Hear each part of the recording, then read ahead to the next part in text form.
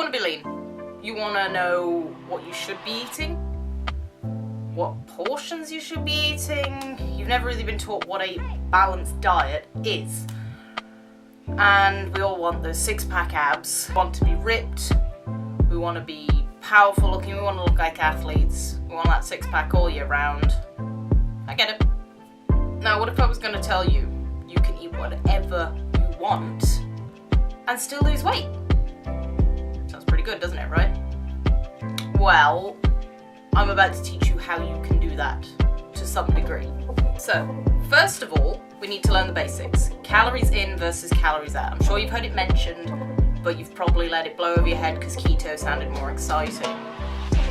We're often told to move more, eat less, which is good in theory, but a lot of people don't actually understand how different foods can have different calories in. So a handful of crisps and a handful of nuts. Often the crisps could be lower calorie, but they're considered less healthy. Anyway, going off topic. Calories in versus calories out.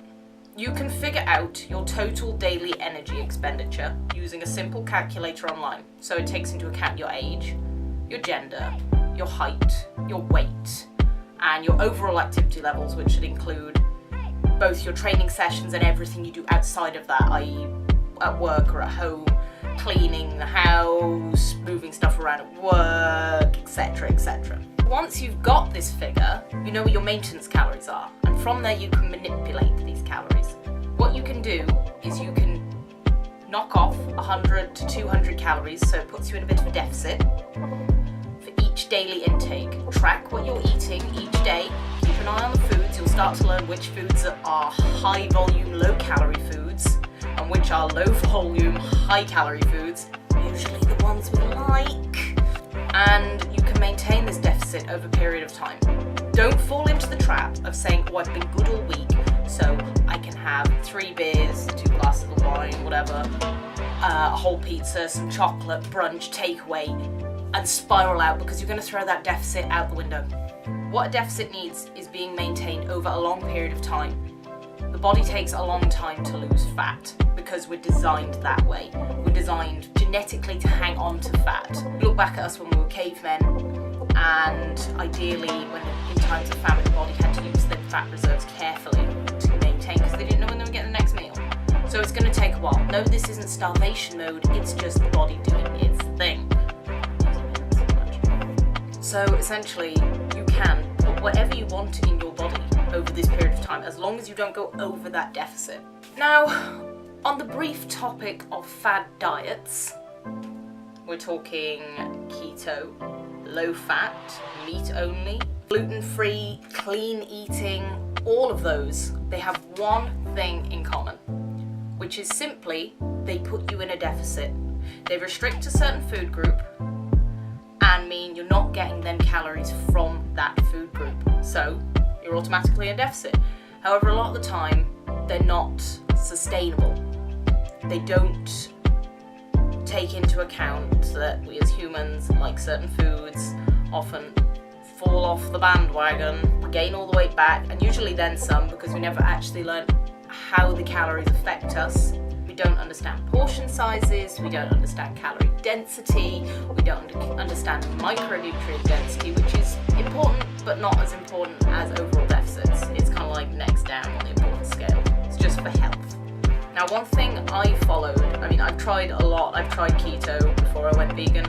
I've tried clean eating, which turned me into a bit of a mess. It did not help my already interesting eating habits. My cheat meals would turn into binges. But one thing I decided the end of summer last year, I was going to lose weight.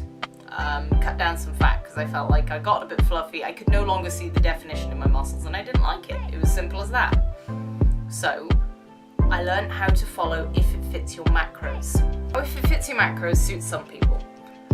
It worked for me because I was able to maintain a deficit for a very long period of time and lose a considerable amount of weight while maintaining muscle mass and learning how calories would affect me overall. Macros are essentially your fats, your carbs, and your proteins. You learn that carbs and protein have 4 calories each per gram. fats have 9 calories per gram. And you learn how much of each one you're meant to be putting into your body. Now you can go and do your research on this. I'm not going to do a whole video, unless you guys want me to, mention in the comments, on if it fits your macros and how you're meant to partition everything and how you can figure it all out. There's so many resources out there, go and use those. But it essentially taught me how much I could eat in a day. I go through phases of completely not eating or eating everything. My nutrition was out of control. I didn't realise that I was living predominantly off carbs, which is why I felt so tired all the time. I increased the protein in my diet, my performance went through the roof, and I suddenly realised how important my diet was in the role of lifting. It gave me a better understanding of how a balanced diet should look. It's something we're not really taught. We're told about the food pyramid, we're pointed briefly in the direction of that plate which says how much of each thing you should have. But that doesn't really apply to our day-to-day lives when we've got all these delicious foods bombarded at us that have been crafted to make us want to eat everything. It gave me the tool that I needed to help me understand. But now, while I'm on a break from regimented training, I'm learning about something new, something about called eating intuitively. And I wouldn't suggest someone took this on until they've learned about the calories in food so they can make an educated choice on their food. It's learning to notice the hunger signals and the fullness signals, so you stop when you're full, you eat when you're hungry, and you pay attention to what you're eating. You eat mindfully, so you switch off all your gadgets and you pay attention to what's in front of you. It's something I've struggled with, and I know a lot of people struggle with, but I found out about this through someone called Amelia Thompson, who I will link in the description. She's a very interesting woman. She's got a PhD. She talks massively about nutrition. She's a bikini competitor, I believe, and she's very, very helpful on her content, so check her out. What I want you to take away from this video: learn about how much you should eat in a day. Learn how to manipulate that to gain or lose. Some people are trying to gain because you have to be in a surplus to gain muscle. I'll talk about that another time. But if you want to lose, you've got to know how many calories you need, how much you can cut by effectively. Some people go in extreme cuts. I wouldn't recommend that for the everyday person.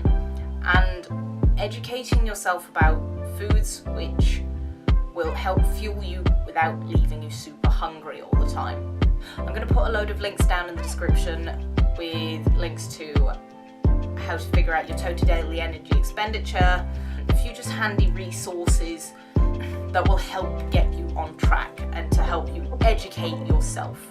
Because at the end of the day, we haven't been taught about nutrition in schools. We haven't. We're a population lacking in education and understanding of what we're putting into our bodies. We're moving less as well because of the modern era. It's the way things are. So, take as much as you can away from this video. Follow some of the links, do your own research. So like, comment, subscribe.